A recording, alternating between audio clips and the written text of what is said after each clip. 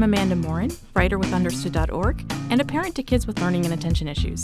And I'm Lexi Walters-Wright, community manager for Understood.org. And we are In It. In It is a podcast from Understood for Parents. On our show, we offer support and some practical advice for families whose kids are struggling with writing, social skills, motor issues, and other learning and attention issues. And today we're talking about disclosure, who we tell, when we tell, and how we tell when it comes to our kids' learning and attention issues. So Amanda, will you kick us off? What is disclosure? What do we mean when we say the word disclosure? Disclosure is a really fancy way of saying talking about it. So when we're talking about our kids have learning and attention issues, it's who do you tell that to? Disclosure is deciding to tell family. It's deciding to tell teachers. It's deciding under what circumstances it's a parent's job to talk about it, under what circumstances you throw that to your child to make that decision. So disclosure is a really big idea, right? It's something we talk about a lot when it comes to having kids with learning and attention issues, because there are some circumstances where parents don't necessarily want to talk about it, and then there are other circumstances where it's really important to talk about it. And so when does disclosure come up? Can you give us some examples of when you need to make the decision as a parent as to when or not to disclose? Often it comes up in school first, because when a child's having trouble in school or struggling or needs a little support, it's time to start talking about it with teachers so they can help you figure out what support your child needs. Right. And sometimes it's about coaches in the community. It may come up as well. And then I think as our kids get older, they need to start thinking about if they're going to disclose or talk about this with their friends. For example, a kid who struggles with reading may want to say something before they go out to a restaurant because reading that menu may be a little tough for them too, right? Well, we recently got a voice memo from a mom that I think so beautifully gets at how daunting this process of disclosing can be, especially when it's new. Hi, my name is Emily. I am very new to all of this. I got my son's testing back recently, and they give you this big stack of papers with all of this information, and I was absolutely paralyzed. I felt like I did not know what to do. I didn't know who to talk to, who to go to, what my next steps were. And the background on this is that I am also an educator of almost 20 years. And I have taught kids with various learning and attention issues. And I always thought, well, if, one of my kids ends up with an IEP or issues in the classroom, I'll be one of those great parents that, takes a deep breath and knows exactly what to do. And the fact was that I didn't, because it was my child. And I was scared and nervous and alone. And I just completely shut down. And I had the reaction that I didn't want to have, which was, this is nobody's business but ours. This is our family. This is my child. Nobody needs to know about this. And not nobody, like teachers need to know about this, right? But not like general people. And that really shocked me and surprised me. But that's sort of how I felt.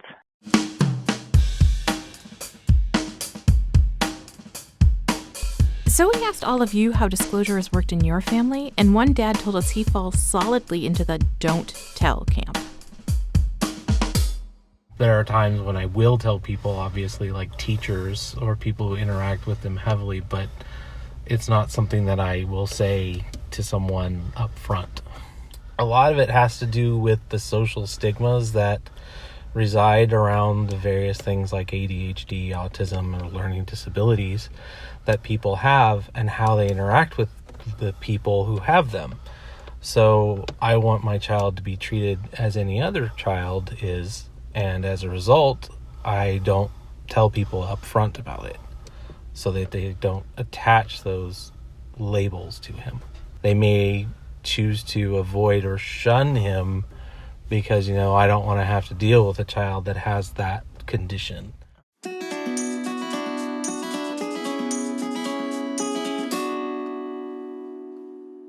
So clearly, decisions around disclosure are deeply personal for both parents and for kids. Right. And on one end of this, you've got parents like the one we just heard from, And on the other end... Okay, so my name's Ayelet. I have 3 kids. My middle one, Leah, is dyslexic. She's currently 13, and she's in 8th grade. She loves anything expressive, everything from art to dancing, speaking, anything that allows her to express herself somehow is what she enjoys. When we spoke to Leah's mom, she was at home in Staten Island, and she and Leah were both just getting over the flu. Leah's dyslexia wasn't diagnosed right away, though Ayelet and her husband knew something was up during the first few years of school. So she was able to tell me everything about school. Oh, in science we did this, and in this class we did that, and this was so cool. And she would very happily discuss whatever she was learning. So we knew she was learning, but she was failing everything. So it never occurred to me that she couldn't read. But it dawned on me one day when I came home and I saw she was attempting to do a homework. I guess she was my husband was home, and he was trying to help her with it, but what I had walked into was like a screaming match. I just can't do it. I don't know what to do. And she's hysterical, and he's like, not yelling at her, but like, that frustrated parent, like, yes, just copy what I wrote down. And I'm standing there, and it was like a moment where like all time stood still. I felt like I stood there for 20 minutes, and it was literally 3 seconds, and I said, oh my God, my kid can't read. And in that moment, what did that mean to you? I think I had a lot of thoughts at the same time. I distinctly remember saying, how could she make it to 4th grade and nobody picked it up? And I'm a teacher. I felt so upset, angry. How could I not know? Things like that. Ayelet and her husband took Leah to get an evaluation. And every item that identifies dyslexia, she hit it. She hit every single one.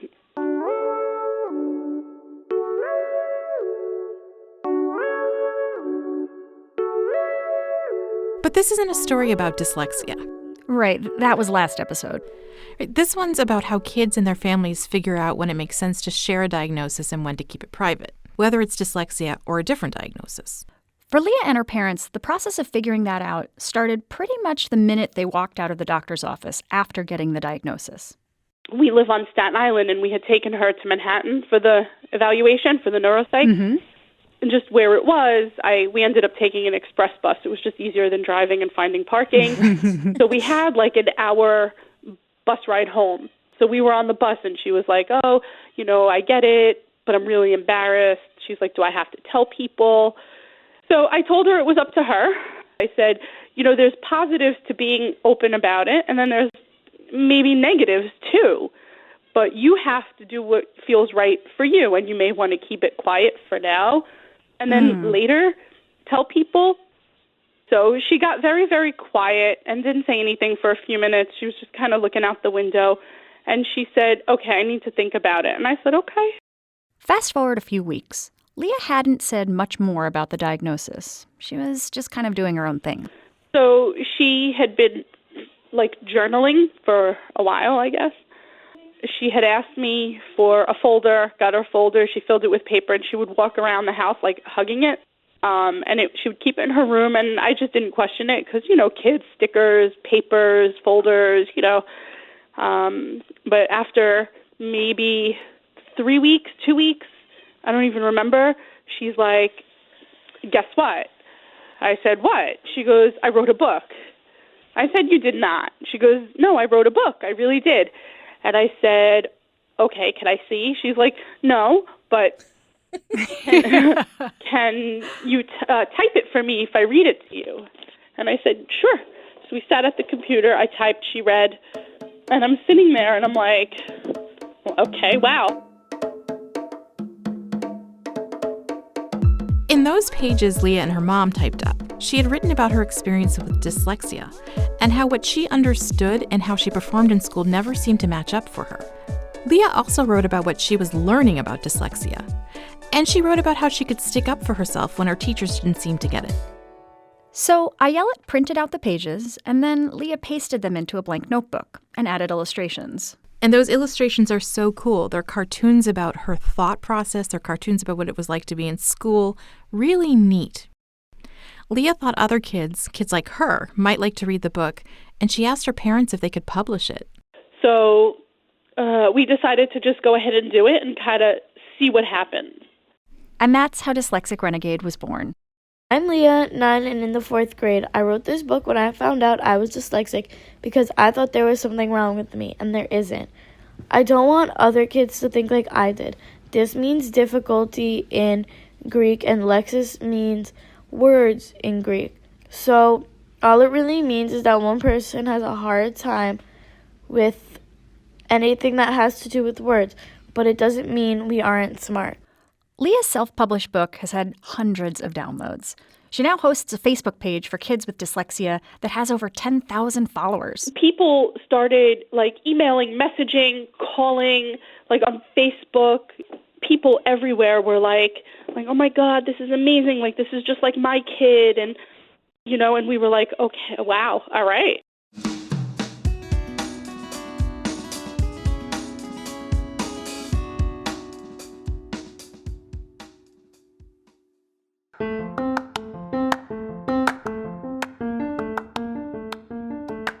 Hey, it's Lexi, and from time to time, we're going to try something new on In It, starting now.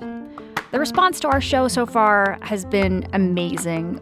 We are so grateful to you, our listeners, for the reviews you've left and the friends and the teachers you've told about our show. We love hearing that In It feels to so many of you like you're hearing your own family's experience described. So we want to share some of the incredible messages you've recently left us about our first episode, Why We Cry in IEP Meetings.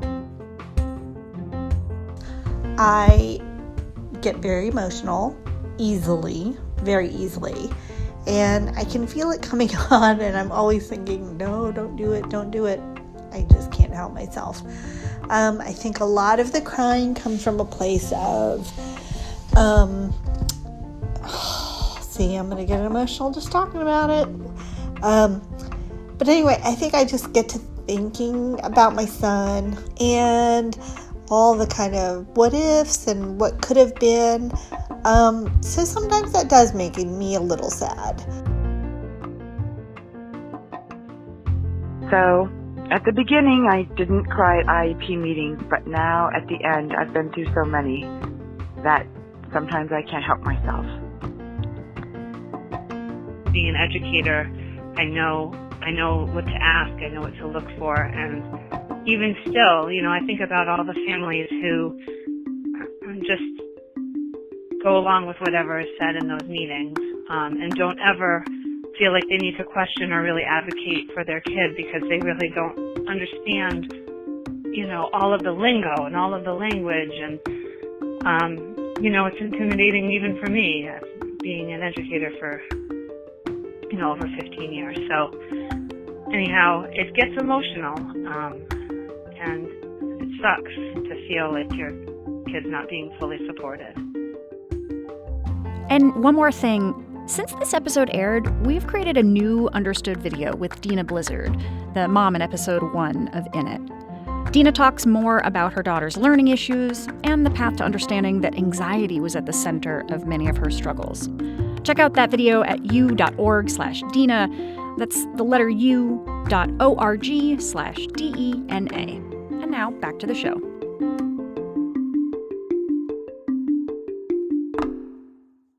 So as we've seen in Leah's case, learning how to share this thing about herself with other people happened really quickly. But Amanda, I guess I'm curious, is that typical? I don't know that it is typical. It's really amazing to me that Leah not only wanted to talk publicly, but she wanted to talk very publicly about it all of a sudden.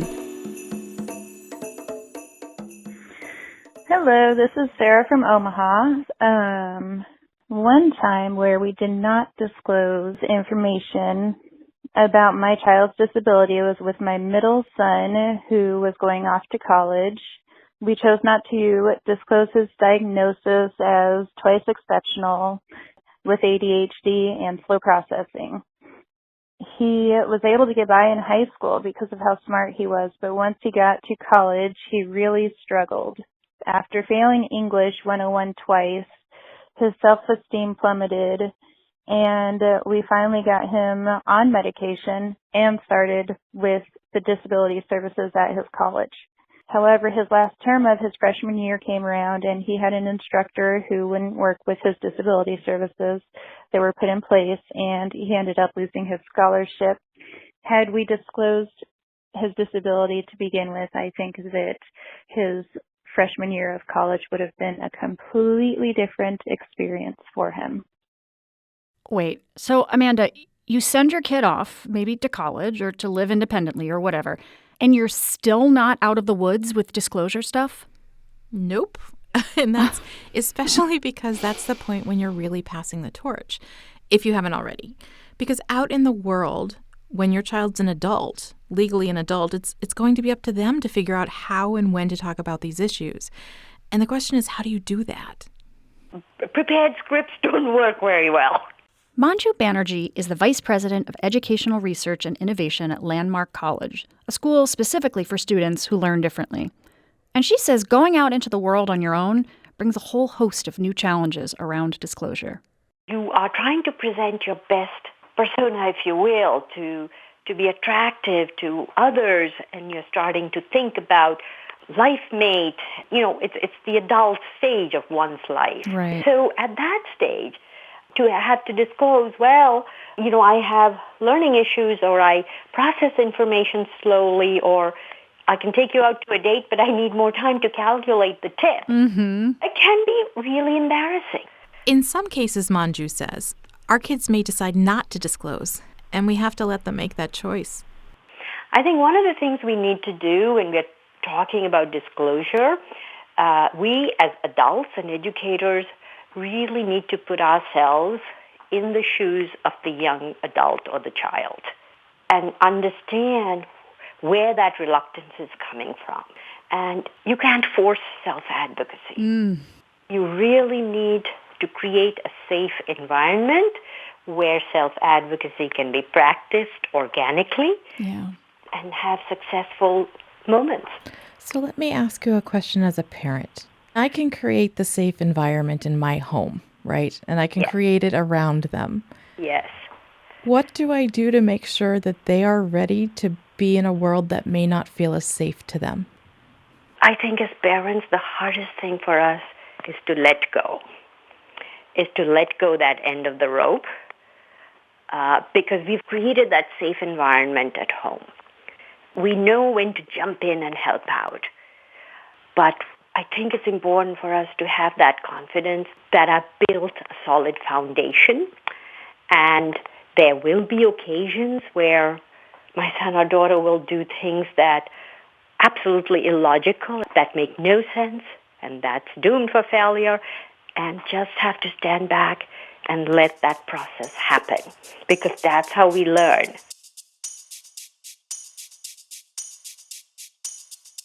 Let me just ping the group and see if I can push it back a little bit. So hold on, give me one second.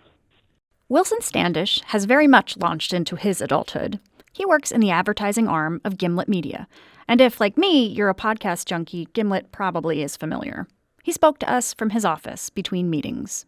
Wilson has dyslexia, but it's not something he shares with people right off the bat, especially at work. First, he says, he needs to build a relationship. Definitely. Yeah. Because I don't want my first impression to be dyslexic for some reason. Right. So it's not like you put it at the top of your resume as special skills. No, not at all. That said, once he's had a chance to build up some trust, he's okay if his dyslexia comes up organically. It usually comes before I have to do a brainstorm with a group and write on a whiteboard, and that's when I say it. And it's only after I feel like I've earned the trust of people, so they're like, oh, it doesn't matter. We can trust him. He's smart, does great work. And those are the moments where I feel comfortable doing it. And what do you say? You know, I kind of just say, like, hey, I'm really dyslexic, and I just move on. and I don't really like dive into it because my hope is at that point that the work that I've done and I've produced, it doesn't even matter to them, the fact that I'm dyslexic, and it only comes up at times when I'm writing emails and I'll totally miss something that, can sound really bad. Like one time I was writing, I used to run an innovation group, and I was writing about a hackathon that we were trying to have with the company. And so I wrote this email to like 30 people, and the subject said hackathon, and everybody, had a lot of fun with that. And it was those moments where, it's embarrassing, but by getting ahead of it and owning it, I've found, that it's okay. And then knowing that I have to just work a little harder to make sure that I outshine those moments. Oh, Amanda, hackathon. I know. We all make those mistakes, right? Autocorrect is Yes. our enemy at that. And we laugh. But if, like Wilson, you're someone with a learning issue, those moments can feel so much bigger. Do you feel like you've been more forthcoming in your professional experiences than your personal life? Yeah, I think so, just because, in my personal life, I don't really have to write in front of people or read aloud. And those are the moments that are kind of the most intimidating. It only really comes up now when I'm, driving or giving directions and I mix up my left and my right. I do that too. Yeah. But yeah, no, I don't really think about it as much. And I guess like, while I know it's present and I know I have to work through it continuously, it's something that hasn't necessarily like been a defining thing that I think about all the time.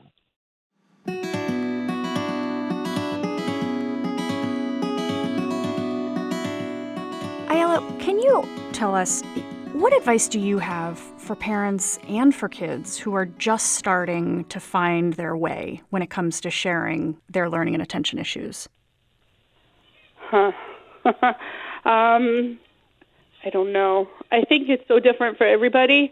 For us, it worked to talk about it a lot and often and just put it out there because it is what it is. And when you talk about it, you are also teaching other people who may not be aware, and people may show you their ignorant side, and you have to not take it to heart. Ayala's right. Choosing when and who you disclose to is different for everyone. Which reminds me, remember Emily, that great mom who we heard from at the beginning of this episode? She was the one who was drowning under the pile of papers from her son's diagnosis, and She was not sure if she wanted to tell anyone about it. Right. So she actually had more to say on this. So I've been taking baby steps, and I've had some really great friends help me, let me practice with them and saying, oh, this is really helpful for him when he gets anxious, or this is a little thing that we do to help him in certain moments. And it's felt empowering and made me feel less alone, and has helped him feel like he knows himself better, because at the end of the day, this is really about him gaining the skills and confidence to move through the world, and I need to be there for him. Thank you so much. That's it. Bye. As another mom who's done that, that's a big deal. Like, she's not 100% comfortable. She's ready to talk about it yet, but she's doing it for him. That's a big step. So, Amanda, I just love that Emily mentions practicing with a friend, which just seems like such a solid way of making this more comfortable for families. But I imagine that there are so many instances in which families have to make the call on the fly. And in some of those cases, do you maybe not disclose, period? Yeah. I mean, there are times, we heard from the dad in the beginning of the show who says he doesn't talk about this. And that's totally fine. There are all of these variations, right, Lexi? I mean, Emily practices with a friend, but we don't know who else she's told beyond that yet. And that's totally fine. And are there circumstances in which you still will keep this information private for your family? I'm not telling you that.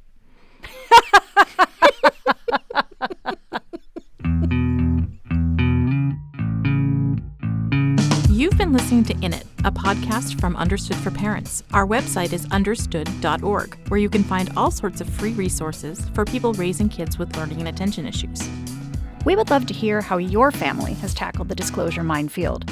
Go to u.org/podcast to share your thoughts and also to find free resources. That's the letter U, as in understood.org/podcast. And if you like what you heard today, please tell somebody about it. It's a way to start talking about disclosure. Share it with a friend or just a parent at your bus stop. You can also go to Apple Podcasts and rate us, which is a great way to let other people know about In It. You can subscribe to In It on Apple Podcasts, follow us on Spotify, or keep up with us however you listen to podcasts. Between episodes, you can find Understood on Facebook, Twitter, Pinterest, and YouTube. Or visit our website, that's the letter U.org. And come back next episode when we'll be talking about why math struggles can be so much more than anxiety about messing up your times tables. In It is a production of Understood for Parents. Our show is produced by Blake Eskin of Noun and Verb Rodeo, Julie Subrin, and Julia Botero. Mike Errico wrote our theme music, and Laura Kushner is our director of editorial content. Thanks for listening, everyone. And thanks to those of you who sent in voicemails and voice memos. And thanks to all of you for being in it with us.